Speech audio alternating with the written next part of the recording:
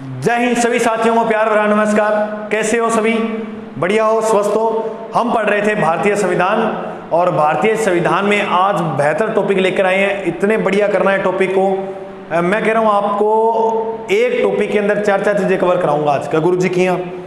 देखो, आप इसको ध्यान से एक बार देख लो, उसके बाद इसको बेक कर एक बार लिख लेना। मैं कहता हूं कभी जिंदगी में नहीं बोलो गुरु जी कराओगे क्या। देखो, आज मैं आपको करवाऊंगा विधान मंडल, और इसी विधान मंडल के अपोजिट में मैं लेकर चलूंगा इधर संसद। गुरुजी संसद क्यों लिया आज? संसद इसलिए दोनों सेम है, जैसे ये राज्य में हो जाएगी संसद केंद्र में हो जाएगी। बिल्कुल सिंपल है, मैं दोनों कंपैरिजन में पढ़ाऊंगा और थारो 8वां प्रश्न कन्फर्म आ जाओ।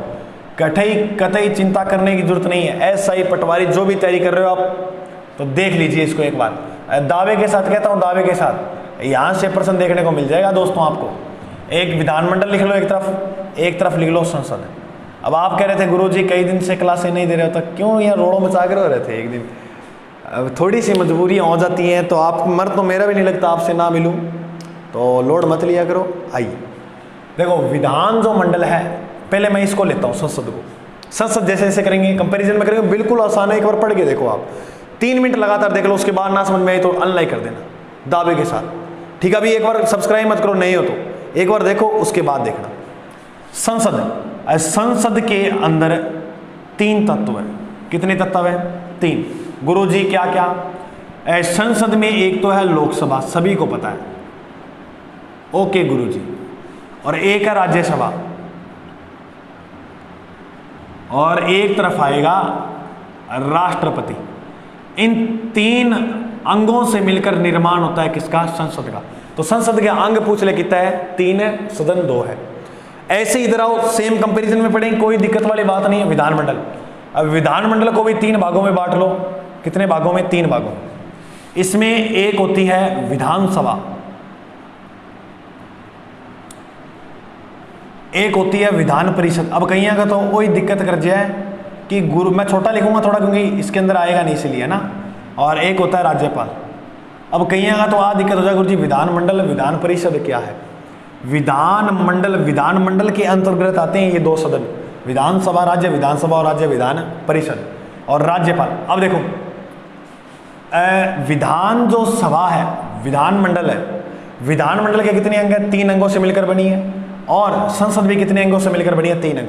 संसद का जो उल्लेख है वो है आर्टिकल 79 में। राज्यसभा का उल्लेख है आर्टिकल 89 में, सॉरी 79 के बाद आता है 80 और 80 के बाद 81। लोकसभा का उल्लेख कितने में है? 81 में। 1 मिनट में देख लूँ, वीडियो बढ़िया बने, साफ है, बने कौन बनाई, बिल्कुल बहुत शानदार बन रही है। अब देखो, ऐसे ही विधानमंडल, तो वहां क्या लिखा है? 7 में से 1 गया 6। आर्टिकल 168 में उल्लेख है किसका? विधानसभा का। 68 थोड़ा लिख लेना 68, क्योंकि 7 1 गयो 6, तो 8 भी 1 जानो चाहिए, 9 भी 1 जानो चाहिए, 68। गुरुजी बढ़िया, ठीक है। तो देखो अगर, और विधानसभा की अगर हम बात करें और इधर लोकसभा की बात करें, कंपैरिजन में लेंगे कोई। देखो, देश का प्रथम नागरिक किसे माना गया? राष्ट्रपति को। राज्य का प्रथम नागरिक किसे माना गया? राज्यपाल को। समझ में आ गई? अब देखो इन्हें। अब भाई साहब, सुनने वाली बात जो है वो देखना ध्यान से। लोकसभा जो है वो एक अस्थायी सदन है। यह एक प्रथम सदन है, इसे प्रथम सदन भी कहते हैं, लोकप्रिय सदन भी कहा जाता है। किसे कहते हैं? लोकसभा को। सेम इधर आ जाओ, सेम बातें लिख दो। ये भी एक अस्थायी सदन है, प्रथम सदन है। सदन का प्रथम है, विधानमंडल का प्रथम सदन किसे कहते हैं? विधानसभा को। ये भी एक लोकप्रिय सदन है, लेकिन याद रखना कि ये एक निम्न सदन है, और ये भी क्या है? एक निम्न सदन है। गुरुजी एक प्रश्न तो मारो 8वां क्लियर कर दियो, बिल्कुल पूछ ले, संसद में अस्थायी, प्रथम, लोकप्रिय, निम्न सदन कौन सा है? तो कहोगे लोकसभा।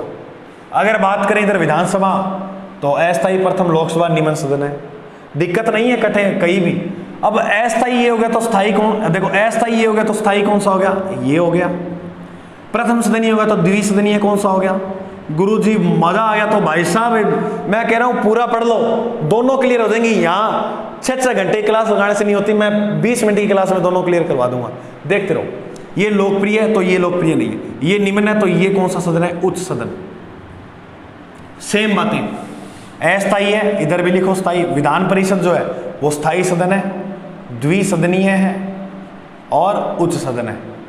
ये थोड़ा सा मैं जल्दी इसलिए लिख रहा हूं क्योंकि वो आप अच्छी तरह से लिख देता हूं। समझ में आ गई गुरुजी, यहाँ इतनी बात समझ में आ गई। अब विधानसभा में देखें जो सदस्य चुना जाएगा उसकी योग्यता जो है वो क्या होनी। चलो मैं सीटों की बात कर लूं पहले। यहां पर अधिकतम संख्या कितनी हो सकती है। अब थोड़ी सी संख्या का गड़बड़ है। लोकसभा में अधिकतम संख्या हो सकती है 552, लेकिन वास्तविक संख्या जो होती है, वास्तविक संख्या वो होती है 545। इसमें अधिकतम संख्या जो होती है वो होती है 550, और वास्तविक जो संख्या होती है वो होती है 245। सुनिएगा मेरी बात ध्यान से। इसमें अधिकतम संख्या तो है 500, लेकिन इसमें एक और प्रावधान किया गया, न्यूनतम संख्या कितनी होनी चाहिए। तो इसमें जो न्यूनतम संख्या है वो कितनी है, सदस्य संख्या 60 है। तो गुरुजी ऐसे तो अनेक राज्य मिल जाएंगे जहां पर सदस्य 60 नहीं है बिल्कुल, तो वो क्या है, अपवाद है। जैसे बात करें मिजोरम की, जैसे बात करें गोवा की, जैसे बात करें सिक्किम, और एक केंद्र शासित प्रदेश पांडुचेरी, या जिसे पुदुचेरी भी कहते हैं। आपको पता हो पुदुचेरी और दिल्ली में विधानसभा है, बिल्कुल है गुरुजी। तो मिजोरम, गोवा, सिक्किम ये क्या है, इसके अपवाद है। क्या गुरुजी अपवाद कैसे। तो भैया सिक्किम जो मिजोरम है और गोवा है इसमें तो 40 सीटें हैं, और सिक्किम में कितनी है, सिक्किम के अंदर है 32। तो यहाँ पर न्यूनतम जो सीटें हैं कम से कम कितनी होनी चाहिए, 60, और अधिकतम 500। तो गुरुजी एक बात बताओ कि सर्वाधिक जो सीटें हैं भारत में वो कहाँ से जाती हैं। तो वो जाती हैं उत्तर प्रदेश से। कहाँ से, उत्तर प्रदेश से। गुरुजी संख्या कितनी है, 403, बिल्कुल। तो गुरुजी राजस्थान से कितनी जाती है, तो राजस्थान से विधानसभा की जो सीटें जावे वे जावे 200। आ जाओ इधर, सेम है, कोई दिक्कत वाली बात नहीं है। सदस्य संख्या अपवाद, इसका कोई अपवाद नहीं क्योंकि न्यूनतम दिखाई नहीं गई है यहाँ पर। सर्वाधिक, तो यहाँ भी जो सर्वाधिक सीटें जाएंगी वो कहाँ से जाएंगी, उत्तर प्रदेश से। लोकसभा के 25 सदस्य जाते हैं कहाँ से, राजस्थान से। इधर भी उत्तर प्रदेश सर्वाधिक, और राजस्थान से जो सदस्य जाएंगे राज्यसभा में उनकी संख्या होगी 10। गुरुजी बहुत बढ़िया समझ में आ रही है। तो भाई साहब देखते रहिए आगे। इधर अगर हम बात करें विधान परिषद में, इसमें जो न्यूनतम संख्या दी गई है सदस्यों की, इसमें 60 है, इसमें याद रखना 40 है। कितनी है, 40। सर इसका भी अपवाद है क्या कोई, बिल्कुल है भाई, इसका भी अपवाद। गुरुजी कौन है, जम्मू कश्मीर। जम्मू कश्मीर में जो सीटें हैं वो कितनी है, कुल 36, अपवाद है। अब सर ये जो विधान परिषद है ये होती कहाँ है, तो विधान परिषद जो है वो भारत के केवल 7 राज्यों में अभी तक मंजूरी दी गई है। कितने राज्यों को, 7 राज्य को। अब ये 7 राज्य कौन कौन से हैं गुरुजी, दिक्कत करे ये याद को नहीं हो है, तो ये लो मैं एक बार यहाँ लिख रहा हूँ इसको। ये 7 राज्य कौन कौन से हैं जहाँ पर विधानसभा है। देखो इसकी एक ट्रिक लिखना है, यूज आम बिकते हैं, यूज आम बिकते हैं। मैं बोल रहा हूं आप साथ साथ लिख लेना, ठीक है। यू से उत्तर प्रदेश, क्या लिखोगे, यू से उत्तर प्रदेश। जैसे जम्मू कश्मीर, जैसे क्या हो जाएगा, जम्मू एंड कश्मीर। आ से हो जाएगा आंध्र प्रदेश, क्या हो जाएगा, आंध्र प्रदेश। मैं से हो जाएगा महाराष्ट्र। गुरुजी मध्य प्रदेश ने अभी तक उसको पूरी सहमति नहीं दी है, मध्य प्रदेश ने पारित किया हो लेकिन सहमति नहीं दी। बी से बिहार, कैसे कर्नाटक, ते से तेलंगाना। तेलंगाना की जो विधानसभा है वो निर्मित हुई थी 2000, विधान परिषद है वो 2014 में। असम और राजस्थान ऐसे राज्य हैं जिसको केंद्र सरकार ने अपनी स्वयं की स्वयं की विधान परिषद बनाने की मंजूरी दी है, वो कौन कौन से हैं? असम और राजस्थान। ये थोड़ी सी बातें याद रखना।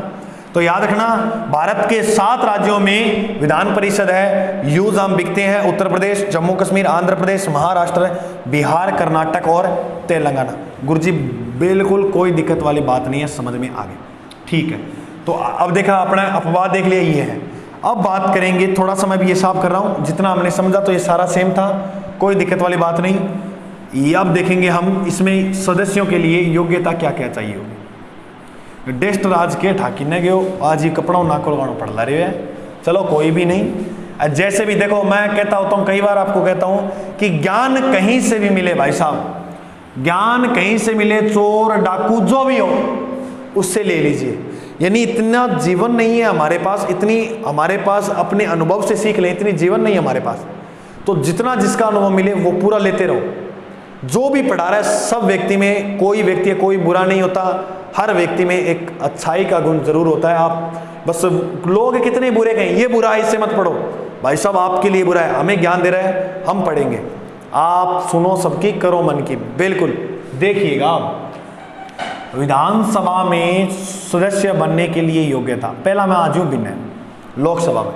लोकसभा सभा में आयु जो होनी चाहिए, भारत का नागरिक दिवालिया घोषित नहीं है, सारों में सेम होगी, लाभ के पद पे नहीं होना चाहिए, सभी में सेम होगी। मेन बात है आयु की, तो यहाँ चाहिए 25 वर्ष आयु कितनी होनी चाहिए न्यूनतम, यानी 25 वर्ष आयु को पूरा कर चुका हूँ। इधर लिखो 5 जोड़ के 30, इधर लिखो 35। लोकसभा सदस्य बनने के लिए 25 वर्ष, राज्यसभा बनने के लिए 30, राष्ट्रपति बनने के लिए 35। अब सेम विधानसभा की योग्यता कितनी है आयु की? 25 वर्ष, विधान परिषद की 30 वर्ष, राज्यपाल की 35 वर्ष।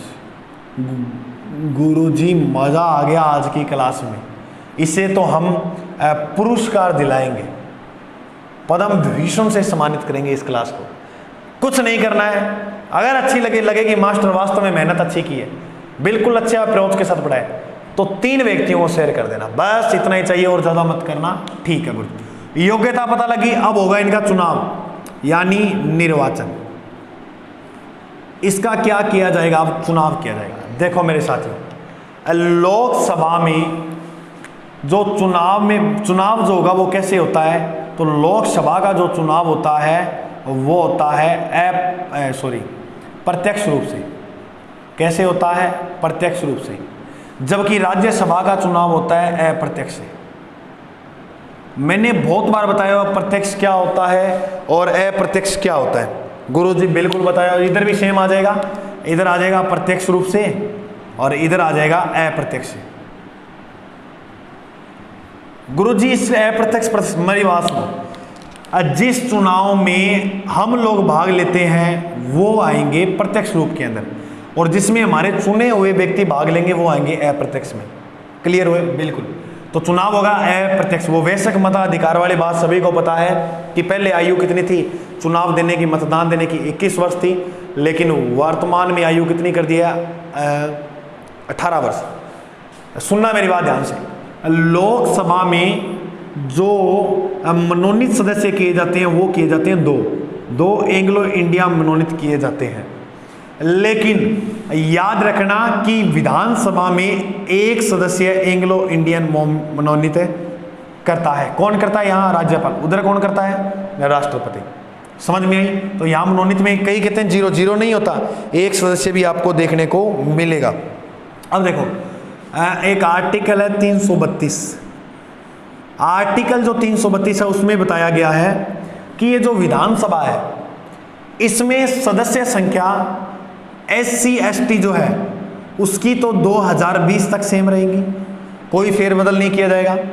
जबकि अन्य जो जनसंख्या है, जनसंख्या आधार पे जो सीटों का निर्धारण किया गया है, उन सीटों को हम 2031 की जब जनगणना होगी यानी 2026 तक ये प्रावधान था, यानी 2026 के बाद कर ली जाएंगी। लेकिन 2026 के आंकड़े कहाँ से उठाएंगे? 2026 में तो कोई जनगणना नहीं होती। हाँ गुरुजी, तो जनगणना की जनगणना हुआ है हमेशा 10 वर्ष बाद, तो 10 वर्ष बाद यानी 2031 के अंदर ये जनसंख्या निकालेंगे, इसके आधार पर सीटों का निर्धारण किया जाएगा। लेकिन याद रखना SC ST की 2020 तक की सीटें रहेंगी, सीटों का निर्धारण किया गया था। तो इधर एक सदस्य एंग्लो इंडिया और उधर 2 है, कोई दिक्कत वाली बात नहीं है। ओके गुरुजी, गुरुजी चुनाव हो गया, सदस्य को चुन लिया। अब बात करते हैं शपथ की। देखो इधर आओ पहले शपथ में, इधर शपथ कौन दिलाएगा? इस सदन को, पूरे को ही, संसद को, जो सदन है इसको शपथ दिलाता है राष्ट्रपति। कौन दिलाता है? राष्ट्रपति। राष्ट्रपति दिलाता है, या राष्ट्रपति के द्वारा चुना गया व्यक्ति जिसे हम बोलते हैं प्रोटेम स्पीकर। क्या बोलते हैं? Protem speaker. ये जो प्रोटेम स्पीकर होता है यह एक अस्थायी अध्यक्ष होता है। गुरुजी कैसे?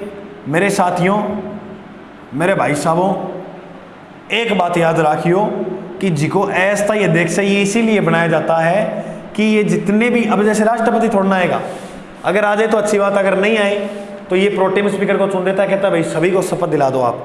जैसे ही ये शपथ दिलाता है तो इसका पद समाप्त हो जाता है, क्योंकि फिर राष्ट्रपति कहता है अब हमने आपको शपथ दिला ली, अब अपना अपना अध्यक्ष चुन लो आप।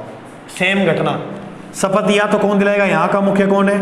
राज्यपाल, या राज्यपाल के द्वारा चुना गया प्रोटेम स्पीकर। कोई दिक्कत वाली बात नहीं है। ओके गुरुजी, दिक्कत वाली बात नहीं है। थोड़ी सी बात करा पदाधिकारी की। पदाधिकारी, पदाधिकारी, पदाधिकारी, पदाधिकारी। सुनना, लोकसभा में पदाधिकारी दो होते हैं, एक तो होता है अध्यक्ष, एक होता है उपाध्यक्ष। और इसमें भी दो होते हैं, एक होता है सभापति और एक होता है उपसभापति। उपसभापति को ही कहा जाता है उपराष्ट्रपति। करवाया हुआ है मैंने सारा उपराष्ट्रपति, आप प्ले लिस्ट में देख लेना, मिल जाएगा आपको। भारतीय संविधान से बनाई हुई है प्ले लिस्ट। सेम घटना इधर होगी, पदाधिकारी इधर भी अध्यक्ष होगा और उधर भी उपाध्यक्ष होगा। सेम, ये विधानमंडल विधानसभा का अध्यक्ष होगा, ये राज्य विधान परिषद का सभापति, और इधर देखा जाए तो उप सभापति। बिल्कुल गुरुजी सेम है, कोई दिक्कत वाली बात नहीं है। अब सुनो फिर ध्यान से, ये जो अध्यक्ष होता है इसके पास शक्तियां, सेम शक्तियां हैं। जो लोकसभा अध्यक्ष के पास शक्तियां होंगी वहीं इसी के पास होगी। एक बात याद रखना, जो धन विधेयक है वो कहाँ पारित होता है? तो धन विधेयक जो है वो इधर लोकसभा में पारित होगा और इधर कहाँ होगा? सेम है, विधानसभा।